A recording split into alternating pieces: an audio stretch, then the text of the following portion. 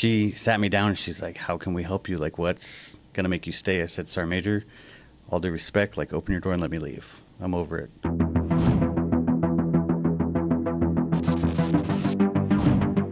I'm Joe Seamandel, and this is Raven Conversations. And welcome to another year. This is year number 3 of us doing the show, and truly it's a fantastic episode. Again, I'm here with Specialist Ryan Dunn, who's actually on the M-Day side. You work in my unit, the 122nd T-PACE, the Theater Public Affairs Support Element. Full-time, you work at UTES, the Unit Training Equipment site over on JBLM, and he's here to share his guard story and a little bit about yourself. So I appreciate Ryan coming on. Yeah, thank you for having me. Yeah, so intro and background on yourself. So I joined the Army back in senior year of high school in 2009. Me and like 9 of my buddies all signed up at the same time. Only like 3 of us are still in. But we all joined up at the same time, all went different places. I started out at Fort Carson, deployed there, came back, and then got PCS to JBLM. Deployed, got back, and I was over it. I was done with the military. One of my NCOs, he was like, you should try the National Guard. Like, don't get a break in service. Like, you're going to screw yourself. Don't do this. So I was like, no, I'm done. Went and talked to him. And they were like, hey, if you do it, here's a 6-year contract. We'll give you $20,000. I was like, yeah, I'm still young. $20,000? That sounds great. So I joined in 2015 and started out at Brigade up in Kent with, it was Delta Company at the time. Now it's India Company. And then I was working at Peterbilt at the time. And then through the Guard, I want to say he was First Sergeant Dutcher at the time. He told me about the technician program. And he was telling everybody in India about the technician program. So I was like, okay, this sounds like a pretty sweet gig. Like, I can go do that. Now retired Sergeant Major Ecclestone gave me an interview.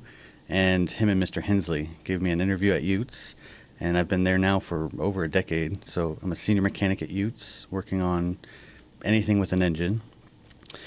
Fast forward a little bit, I got promoted into 341st MI, and then got demoted and hit like a real low spot, and I was ready to quit on everything. So had a bunch of people, including yourself, Spoons, Sergeant Major. I always say her name wrong. Lavlinay. I always want to say Lavlinette. I don't know. It's wrong. Lavlinay. She sat me down and she's like, how can we help you? Like, what's going to make you stay? I said, Sergeant Major, all due respect, like, open your door and let me leave. I'm over it. She's like, no, what do you want to do? I said, I want to get into public affairs. I want to do photography for the Army. Come to find out, I didn't know this at the time. It's its own MOS, and I also didn't know at the time there's so much more to it than photography. So I got accepted into 122nd, and now we're here. Yeah. And you re-enlisted to stay in the unit, too. And this kind of goes into a question I had for you, is you often say at drill, when we start talking, that coming to the unit actually saved your career. It gave you a whole different perspective on what the Guard could be. Yeah. Kind of elaborate on that. So my whole career coming up, I was stuck in maintenance, and a lot of how the way I saw it in maintenance is that you work so hard and it hardly ever gets seen. It doesn't get appreciated. And it was taking a huge toll on me. And with a new family, it felt more like not a waste of time to me, but you're wasting my time away from my family. Like, I'm not doing anything. I'm not getting any progression or anything. So that's why I was ready to quit, is that I was over my family being put on the back burner for nothing. So when I came to 122nd, literally with open arms, everybody immediately welcoming, and then you and previous commanders are just so open to letting people run with their like creative freedom and doing whatever they, you asked for one thing and you said, I need product. That's what I need. I need you to show up and work and get some product done. And then that's our only direction. You let our team leaders and our squad leaders, you let them kind of guide us, but even they are like, run with it. And then you just run with it, and everybody's so happy and so like mind blown by your creativity, whether it's good or bad. Like we've all done bad things, we've all done good things, right? But like they're like, hey, you're trying and this is awesome. Like the other side of it too is that everybody's such positive constructive criticism, right? So everybody's like, dang, And Spoon, she's probably my hardest critic, right? She's like, wow, that's really good, and I see what you're trying to do, but maybe try this instead. Or like, wow, I wish I took that photo. Like, but let's try tweaking this a little bit. But everybody's like that, and everybody's welcoming. And there have been times, like I had a few years ago, I had a really, really low spot, and I got in some mental issues, right? And at 5 o'clock in the morning, 4 people out of the unit showed up to my house to help me.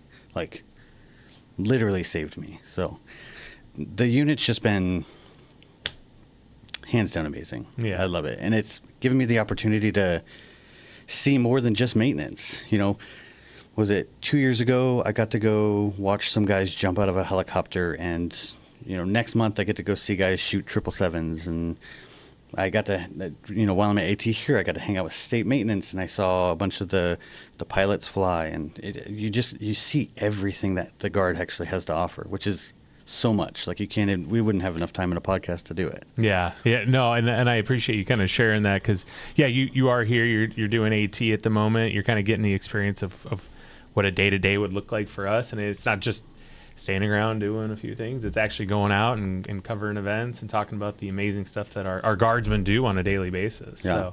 So, but you still do maintenance full time. That's still your full time job. So talk about what you do at Utes and how you are kind of building there as well. So yeah. So started out just a regular mechanic, and I'm still just a mechanic. I'm just a senior mechanic now, so I'm a wage grade 11. And what I do is teaching of like all new employees, as well as like complex troubleshooting and helping with like work order flow when some seniority is gone, or if they're in a meeting or something like that. So I do a lot of training and assisting with troubleshooting. And a lot of like, I mean, I've been there over a decade now, so it's a lot of, you know, trying to find new ideas and work order processes and stuff that just work better for the company as a whole. And we support, you know, we're one of many shops, but we support a lot of brigade equipment. And that also helps when it comes to drill side, because everybody that I work with is also in the National Guard. So when I hear things at work that they're doing cool stuff, I can bring that to the unit and be like, hey, these guys are doing cool stuff. So, but yeah, maintenance, it's still a lot of fun. I started maintenance because I really enjoyed the tinkering and the playing, and I still get the opportunity to do all of that.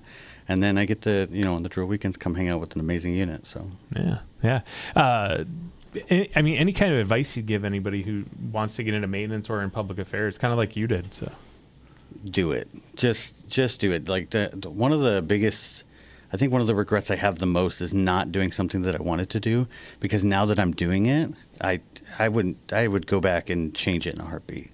Like, this is the following through with something that I've wanted to do for a long time is really like fulfilling, and it feels really good. So I take the leap, do it. And here's the thing about the National Guard too, right? So like, you could do a 3-year contract, or you could do a 6-year if you want, but if you don't like it, there's the opportunity to change your job. After this one, that'll be 3 MOSs for me. Yeah. So like, you can change your job if you don't like it.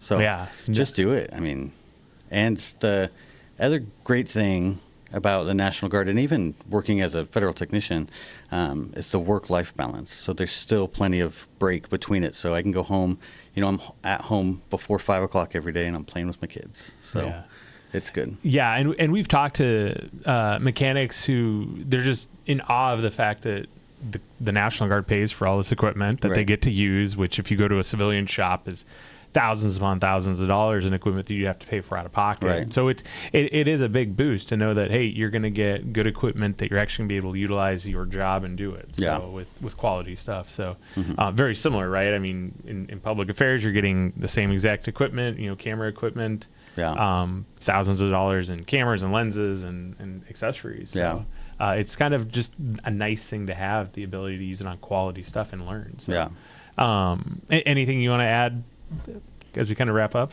I think that the only thing I gotta say is kind of like based off of my history. Like, if you feel like, for one, if you feel like you're done with it, talk to somebody else, open up a little bit, and see what else is out there before you actually give up. Because this organization as a whole has so much to offer to everybody. So. No, that's good. I appreciate it, Ryan. I Yeah. appreciate you coming on and sharing Yeah. kind of your guard story and what you do. Once again, if you like the channel, give it a like. If you want to watch more, subscribe.